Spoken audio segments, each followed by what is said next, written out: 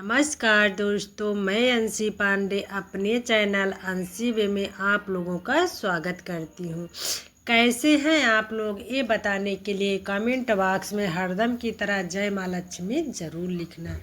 आज हम दिवाली से विसर्जन से संबंधित इस वीडियो में बहुत सारी महत्वपूर्ण बातें जानेंगे कि जो है दिवाली का विसर्जन हम कैसे करें, कलश को क्या करें, उस पे लगी फूल पत्तियों को क्या करें, कलश में डाली हुई वस्तु को क्या करें, जो 1 रुपए का सिक्का कलश में पड़ता है उसका क्या करूं, जो है कौड़ी का क्या करूं, गोमती चक्र का क्या करूं, जो प्रसाद चढ़ाए हूँ उसका क्या करूं, जो माँ लक्ष्मी के लिए श्रृंगार का सामान चढ़ाए हूँ उसको क्या करूं, जो माँ को 7 प्रकार के अनाज चढ़ाई हूँ उसका क्या करूं। इससे जुड़ी बहुत सारी महत्वपूर्ण बातें इस वीडियो में हम करेंगे। बने रहिए आप मेरे चैनल अंशी वे में। यदि वीडियो पसंद आता है तो चैनल को लाइक और सब्सक्राइब पक्का कर देना, क्योंकि एक छोटी सी लाइक, एक छोटा सा सब्सक्राइब से मुझे बहुत बड़ी हिम्मत और प्रेरणा मिलती है। चलो अब एक एक करके हम जान लेते हैं। सबसे पहले हम जानेंगे कि कलश पे रखा नारियल का क्या करें। तो कलश पे रखा नारियल को कुछ लोग तो प्रसाद के रूप में ग्रहण कर लेते हैं और कुछ लोग जो है उसको लाल कपड़े में बांध के अपने घर के मेन दरवाजे पे टांग देते हैं कि किसी का बुरा नज़र न पड़े। और कुछ लोग उसको मंदिर में रख के साल भर पूजा करते हैं और कुछ लोग विसर्जित कर देते हैं। अब उस पर रखा जो है पत्ती का, अशोक का पत्ता या आम का पत्ता, उसको क्या करें, उसको हम जल में प्रवाहित कर देते हैं या कहीं स्वच्छ जगह किसी मिट्टी में दाब देते हैं।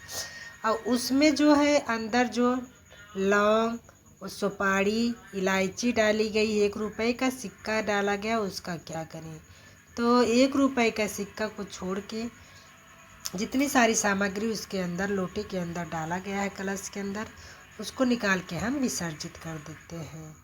और उसके बाद जल को हम पूरे घर में छिड़काव कर लेते हैं, टॉयलेट और बाथरूम को छोड़ के, क्योंकि हम जो है अपवित्र जगह पे पवित्र चीज़ें नहीं छिड़कते हैं। ये क्लियर हो गया। अब जो अष्टदल कमल बनाई हूँ उस चावल को क्या करें हम, जो माँ को जो है चावल के रूप में, अक्षत के रूप में अर्पित किए, उसको क्या करें हम, उसको या हम जल प्रवाहित कर देते हैं या चिड़ियों को डाल देते हैं चुनने के लिए। ये भी बात क्लियर हो गया। उसके बाद जो कौड़ी है, कमल गट्टा है, गोमती चक्र है, उसको हम जो है चाहे आप एक पात्र में रख के माता जी के चरणों में, लक्ष्मी जी के रख के आप पूजा कर सकते हैं, या पोटली बना के आप जो है उसको तिजोरी में रख भी सकते हैं। अगले साल भी उसका हम जो है यूज कर सकते हैं, धुल के गंगा जल छिड़क के फिर हम यूज में ला सकते हैं।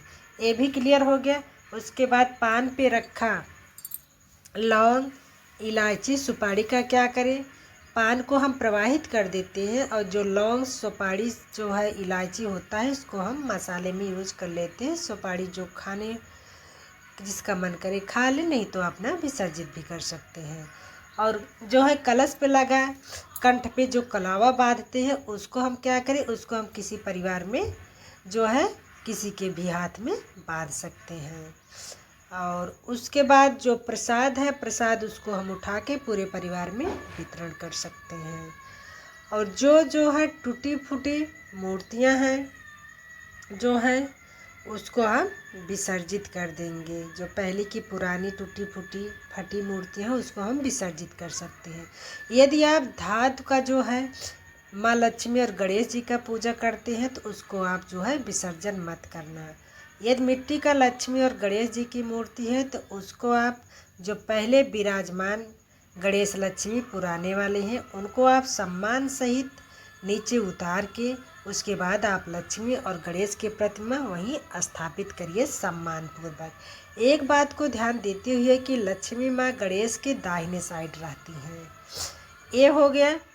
यदि आप पोस्टर से जो है पूजा किए हैं तो आप पोस्टर को विसर्जन करने की कोई ज़रूरत नहीं है, उसको आप रख दीजिए, अगले साल फिर आप पूजा कर सकते हैं। और रखा 7 अनाजों का क्या करें, तो हम 7 अनाजों को रखा हुआ अपनी किचन में यूज करते हैं रख के। जो धन्वंतर को जो है चढ़ाया गया है, जैसे लौंग हुआ, इलायची हुआ, ये सब मसाले उसको हम पूरे परिवार में वितरण कर देते हैं खाने के लिए।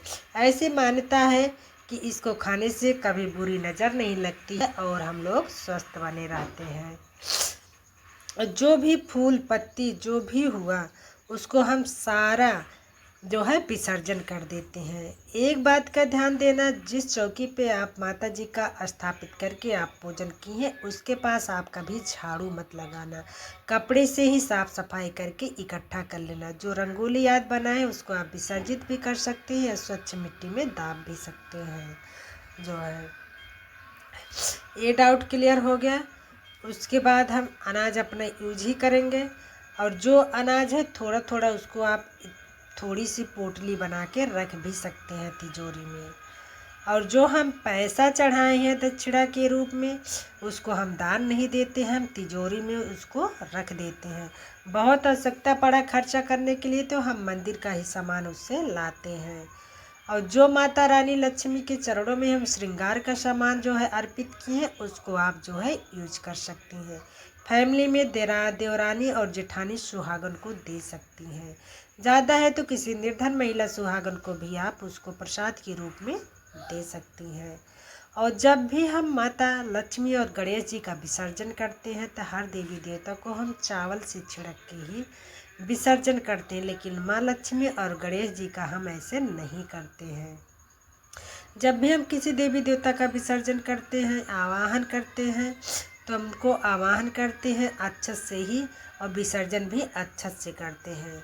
जब हम देवी देवताओं का विसर्जन करते हैं तो ये बोलते हैं कि लक्ष्मी को छोड़ को और सब देवी देवता अपने स्थान पे जाए, जब मैं आवाहन करूँगी फिर आप पधारना। तो ऐसे लक्ष्मी गणेश जी की पूजा में दीपावली के पर्व पे आप ऐसे नहीं कर सकते हैं। आशा करती हूँ कि विसर्जन से संबंधित, दिवाली विसर्जन से संबंधित सारी बातें आपके समझ में आ गई होंगी। अब मैं आपको मिलूंगी एक नए वीडियो में, तब तक के लिए नमस्कार, धन्यवाद, जय माँ लक्ष्मी। वीडियो देखने के बाद आपको कैसा लगा कमेंट बॉक्स में आप अवश्य कमेंट करना। हर हर महादेव।